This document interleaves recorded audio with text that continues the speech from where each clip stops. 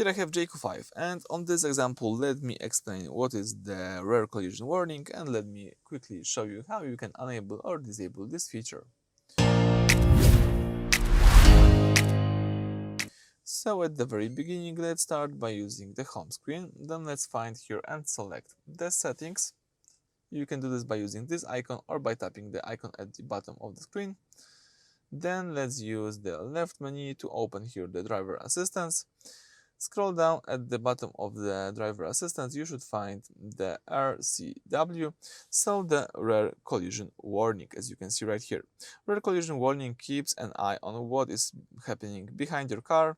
If a vehicle behind you is approaching too quickly and it's on a direct collision course with your rear bumper, the system will rapidly flash your hazard lights to alert the oncoming driver to brake, while preparing the car's internal seatbelt tension for a rear end impact.